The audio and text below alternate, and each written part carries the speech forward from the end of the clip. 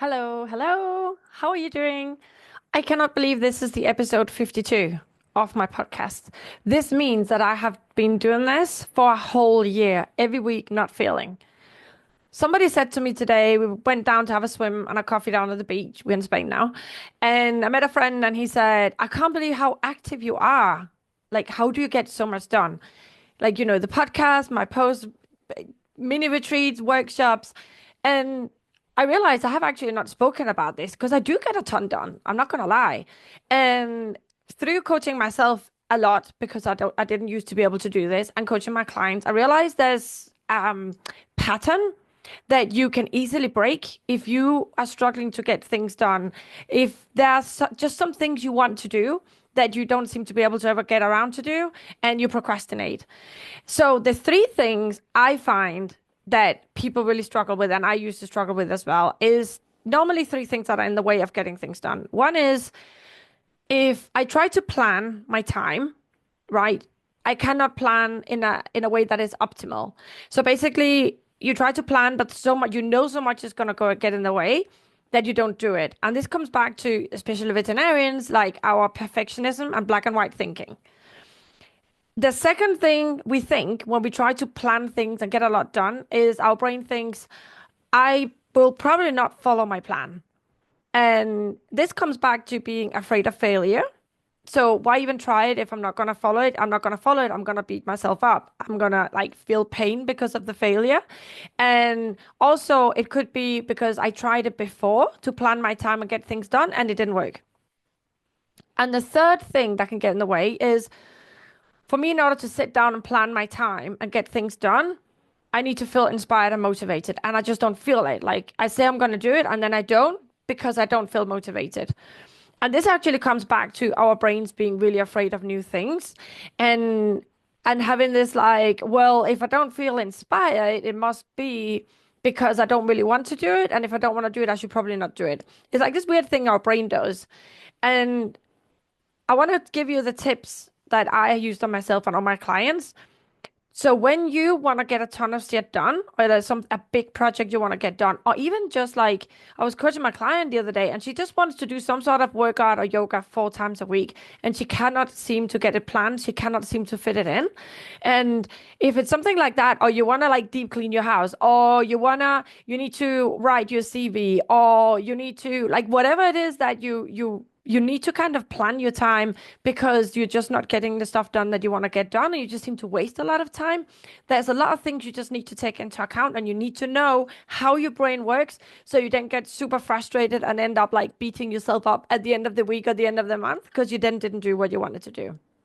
So, first of all, when we are thinking, I'm going to plan or I'm going to do this thing and it's not going to be optimal. So let's look at, for example, my client that wanted to work out 4 times a week. And I've actually had a few clients coming up with this.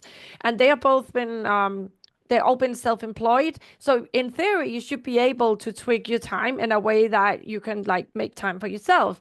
And often when we don't make time for this for ourselves, for stuff that's only for us, that often comes back to, I'm not really worth it. I should take care of everybody else first, right? So that's a whole other episode I've probably done before we can do in the future. But apart from that, when we think, okay, so let me plan this week, I'm going to plan workouts. I want to meditate. I want to clean my house. I want to write a book, whatever it is you want to do and you're not doing it. You need to know that the plan is never going to be optimal until you learn how to make it optimal. It's a bit like I don't want to learn how to ride a motorbike because I don't know how to ride a motorbike. So I'm going to get on it and I'm not going to be able to do wheelies straight away, right? It is learning to plan and learning to prioritize your time and get stuff done and find that motivation. That is a learning process. So you have to be willing to experiment. You have to be willing to fail. And you have to realize that you don't have to make it mean anything when you don't get it done or you don't get it done, quote unquote, right.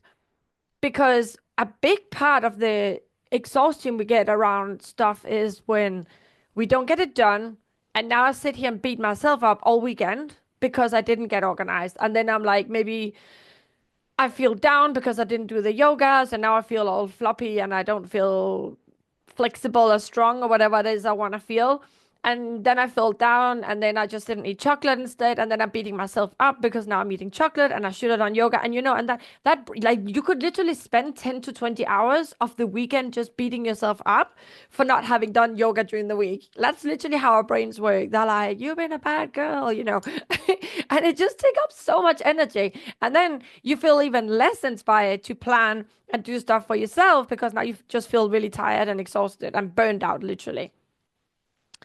Another thing when you're planning stuff, and this comes a bit back to, am I worth doing stuff for myself? So, for example, setting a business, writing a book, or doing any sort of exercise or food prepping, like meal prepping for the week and stuff that's really nice for yourself and it's nice for your future self to have lovely food or to be strong because you did exercise. A lot of things that come in the way is other people's issues and things that are important and urgent to them. And I learned this the hard work in the last month where I tried to install fiber in my house. And in Spain, any tech related stuff like phone companies, internet, anything like that is like a hell of bureaucracy. And I cannot tell you the amount of phone calls and literally just harassment I've had from different phone providers trying to get in there and sign me up as a client with my phones and my internet on that. And I felt really bad for not picking up the phones, but I realized this is really important and urgent to the phone company because they don't want to lose me as a client. But it's not important or urgent to me. I will speak to them whenever I'm not doing something else that is important to me. And as a chronic people pleaser, that was actually really hard to just let them down, quote unquote. But this also applies to everybody else that clients in the clinic, when they come rushing in and they're like, oh, this is so urgent. I need this treatment. And my pills ran out this morning and I need them for this afternoon. You'll be like, okay, this is urgent and important to you. But I need to get my stuff done first. I'm not going to leave work late because you left this late for me. Or other stuff like friends that want you to do stuff for them or so many things. If you're self-employed, clients come in and it all has to be done yesterday, right? And we're like, oh, we throw our plan out of the window, and now we're doing everything for everybody else. So really recognize that other people's stuff that is important and urgent to them is not necessarily important or urgent to you. And notice how your stuff is often not important or urgent to other people. So that's a boundary you need to set, right? So if you have planned to say, do yoga every morning before work, and then people are like, oh, you need to come in before because we're short staffed and this and the other. Listen, it's nice to be nice to people at your workplace, but if you keep letting other people's priorities go over yours, you're gonna end up, apart from sore and non-flexible and non-strong because you didn't do your yoga, you're gonna end up like really resentful because you keep pushing yourself aside and you don't get that thing done that you wanted to do for yourself. And apart from now being like unflexible and unstrong and annoyed, you're also gonna beat yourself up at the weekend because you actually didn't follow through on your plan. So just notice this, that if you put your own goals aside to do other stuff for them, like be really aware of that and practice saying no. This comes back to boundaries. Okay, so when you then say, I'm going to set up a plan. So normally what I say, if you really want to have stuff done, you can, for example, go on a Sunday night or on a Monday, and then you plan for the week. You say, okay, I'm going to do this, I'm going to do that. These are the hours I put in my buffer time. And then your brain is like, oh, it's just never going to work because I can't see how am I going to get it work. It doesn't matter. Just plan it and just bumble through it the best you can. And even if you only get like 5-10% right, imagine if you do that and you keep going every week. So you plan for the week, say whatever it is you want to do, and you only get one thing done. But Friday, or at the end of the week at least, you need to set a time up for this and do it. You do the 3-step evaluation process that I taught you before. So you look at what 3 things worked, what 3 things didn't work, and what do I want to do to improve for next week. And you do that week after week. You set up a plan, you crash and you fail, but you get like 5-10% right. And next week, maybe you get 15% right. And when you're 50% in, maybe after a month or 2, like imagine how much better you will be and how much you have learned about how your brain works and what motivates you and what is it that stops you, and do you actually want to do the thing? Because maybe you hate yoga, maybe you don't want to go, and it's just so boring to you, and you'll be much better off doing, I don't know, Muay Thai or spinning or CrossFitting or whatever it is like. But we just make it so wrong to experiment, try things and failing them and not liking them. It's like, oh, I signed up for yoga and it was just, I really hated it. So I should probably not do anything. No, like you tried yoga, you didn't like it, try another teacher. If you still don't like it, try something else, try CrossFit, whatever, swimming, boxing, keep trying until you find something that you really like. And you can also mix and match. It doesn't have to be one thing. As vets, we just tend to be so black and white thinkers, and it's like it has to be this way. And then if it's not 100% perfect, then never mind, I failed. No.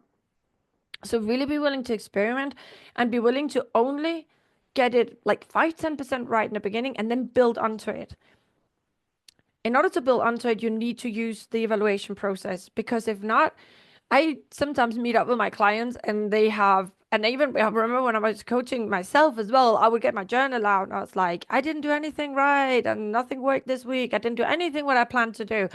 But then when my coach questioned me or questioned myself, or when I coach my clients and I questioned it, well, actually I did do this and actually I did do that as well. And it turns out they have actually done 10-20% of what they planned they wanted to do.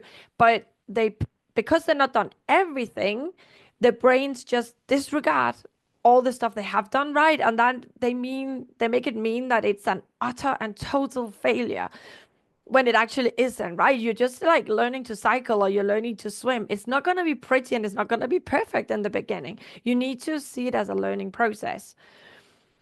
Also, I think I really tried like to squeeze this round pebble into a square hole for sure, because I think a lot of vets and a lot of women in general were like, we are really creative, we are really like on the go all the time. And most people I know that do the same thing that I do, like being a vet and maybe being quite creative and always wanting to do new things, we tend to be, I mean, let's admit it, no human is a robot, right? Well, our mood and the way we feel, our energy, it's never flatlining. It's not a line, right? It always goes up and down. But the more you want to do stuff, the more you are like curious and want to do new things, the more your body is probably gonna be like one day full of energy, the next day it isn't. And one day maybe 2 days of energy or half a day of energy.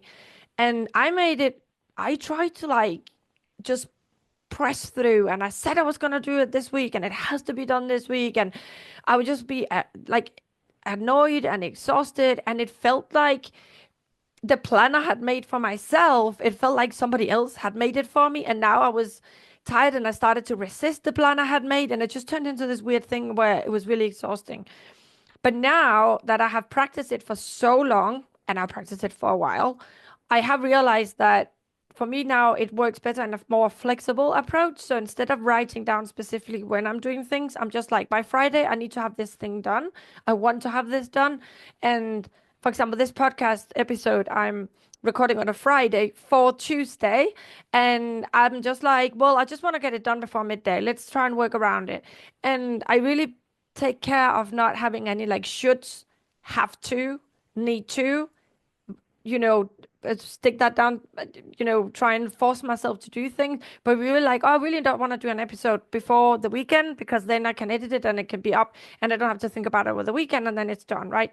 But yesterday, for example, I felt really tired. I taught a workshop, a webinar about euthanasia online, and it was for a company. So I always feel a bit of pressure when I actually get paid for stuff, and it's not just like free stuff I throw out there. So this podcast is for free, right? And I feel the pressure of, I want to make sure that I don't waffle too much, although I like talking, because I don't want to waste your time and I want you to get something out of it. But suddenly, when then there's like an HR manager organizing it and everything has to be like all these things going on and I'm getting paid, like, ooh, there's the pressure on. So I still do it just as like I do this, but I can definitely feel my nervous system getting really exhausted and really tired. So I had planned to do stuff after the workshop yesterday, but I was just so tired. And then I just got in this bad mood. And I'm like, if I do a podcast now, people are literally going to think I hate them. My energy's going to be so low. So that just went out of the window and I just respected myself. But I did it from a place of, wait, what's going on? Okay, I'm exhausted because of the workshops. I found the explanation, had that self-awareness, and then I protected myself. And I didn't try to push through, because this episode would have been absolutely horrible for you to listen to, because I'd be like, oh, I don't know, here are 3 tips you can use. It just wouldn't have worked. So there is a balance of planning, getting your priorities right, making sure you prioritize yourself always. So putting the oxygen mask on yourself so you can help others afterwards and not be resentful to everybody in the world, and planning, but also learning about your body, learning about your nervous system, learning about your cycle, your moods, what works for you, what doesn't. But you have to start in some place, and you need to set up some sort of plan and then evaluate so you can actually find out what's going on. So you don't end up just every Sunday going, oh, I never did anything that I wanted. I planned it and I didn't do it and I'm an utterly failure. I can never plan anything. That's just because your brain is just going to do that to you if you don't have a bit of control. I really like to think about our brains as toddlers. They are enormously cute and they have so much curiosity and they want to do things and they're running around after the next shiny object, and there's like no framework to them. They just like, this is now and that was then, right? And you want to let the toddler free and you want to give them room to play, but you also want to kind of restrict their movement a bit, and you want to kind of like have some patterns, right? You want to make sure they sleep at some times, you want to make sure they eat certain things. So you do put some structure around toddlers, right? So they can function and not kill themselves and stay rested and hydrated and all that. It's a bit the same with our brain. It's not about trying to like restrict them completely. Like if you took a toddler and put them in some sort of like really strict military school, that's not it. But you do want to give it some structure to work around, because that our brains need that. If you just let your brain run free and you have no self-awareness, it's just like a toddler. And often that toddler will have a marker pen and a permanent marker pen in one hand and a sharp knife in the other. That is your brain if you don't give it structure and you have no self-awareness. And we see the result of it, right? So basically, make a plan for what you want to do so you can get things done. And then try and stick to it. And then at the end of the week, you see what worked, what didn't work, what do you want to do different, and start noticing the patterns you have in your life and how you are, so you can then experiment and getting better at doing the stuff you want to do. And also getting better at not beating yourself up over stuff that you didn't get done. And then like, I'm a procrastinator, which nobody are. We just procrastinate sometimes. Just like I'm not a showerer because I shower. I just shower sometimes, every day, hopefully. So that was it. So what I want to say, so this episode is going to air, so it's Friday, 25th of April now. And I know I'm a bit last minute because I never know what country I'm in when. But I have actually finally come to the point where I have arranged 2 retreats I really wanted to do. So if you know me a bit, you will know that I have what do you call it? A reformed rabbit farm in Spain, in Benajarafe, down on the southern coast near Malaga. But we also a few years ago bought a farm in Denmark, which is like in a really, really cute place. And it's like huge with a lot of bedrooms, full of ads. It's really, really nice. And I want to do a retreat for vets, for females, to make it really safe in each place. And I have set the dates and I have set the places. So we're going to do it. And let me just get my phone up because I don't remember. So the retreat in Denmark, I'm going to do for 4 people. And if you come, you're going to stay at my farm in Denmark. And the dates are from the 19th to the 22nd of June. This can be slightly modified if your flights turn out to be horribly expensive on those days. So we can like tweak it one day up or down. That's absolutely fine. And then the other retreat is going to be in Spain. And that's going to be from the 11th to the 14th of September. For that retreat, I don't have enough bedrooms in my farm in Spain. So I made a deal with the local hostel, which is a nice place. And the owner, I used to be the vet for his dog and all that. So I know him well and he's nice. So those are the 2 dates, the 19th to 22nd of June in Denmark and the 11th and the 14th of September in Spain for vets, female vets. And it's going to be 4 people because this is the first time I do like a retreat where people actually stay over. And I want to make it super safe. Want to make it really fun. And I want to make it basically a reset your brain. So you're going to learn everything I teach in this podcast. So it's like years of worth of knowledge. I'm going to teach it, but we're also going to integrate it. And we're really going to work on each one of you with exactly the issues that you are having right now. Because even human brains, we all tend to have the same problems, but they just tend to express themselves in different ways. So one person will get angry over stuff, and other people get anxious over this stuff. Some people beat themselves up over this, and so on, so on. So this is the way where you can come with three other girls and you can sit and listen to what they are going through, learn from them, and then you will get coached as well. And we will address each issue that you all are going through. And I love doing it this small because then my plan is to cook because I just love making food and I want to make sure you all get like super healthy organic food, really, really tasty. You can ask anybody I have ever cooked for. I love cooking. I want to be a chef one day. That's the next life. So I have made it really, really small, both so we can drive around together. I can show you, we can go for walks. It's gonna be really, really nice. And also, so we can look at your brains one by one and just like completely peel everything apart and put it together and integrate it. So when you go back to your life, you're not just gonna forget everything because it's just not the same like reading my posts or listening to the podcast as it is to be coached by me. And of course, I love taking on one-on-one clients where we see each other every week, but I do realize a lot of them don't actually have the teachings on board. So I teach them on the go, but to have all this material taught in person directly at you and three other girls that are going to be more or less the same as you, just slightly different issues, but all vets, that's going to change your life. I can promise you that. I don't have a price just yet because I just set the dates last week and I'm still negotiating with my friend with a hostel, and I need to just find out a way that it's very affordable for you. I don't want to make like thousand pounds or dollars worth of retreat where nobody can afford unless they're super rich. But I need to make some money on that. I need to at least cover my costs, right? So I'm gonna release the prices probably next week. So you're listening to on a Tuesday, so the prices might already be up now on social media.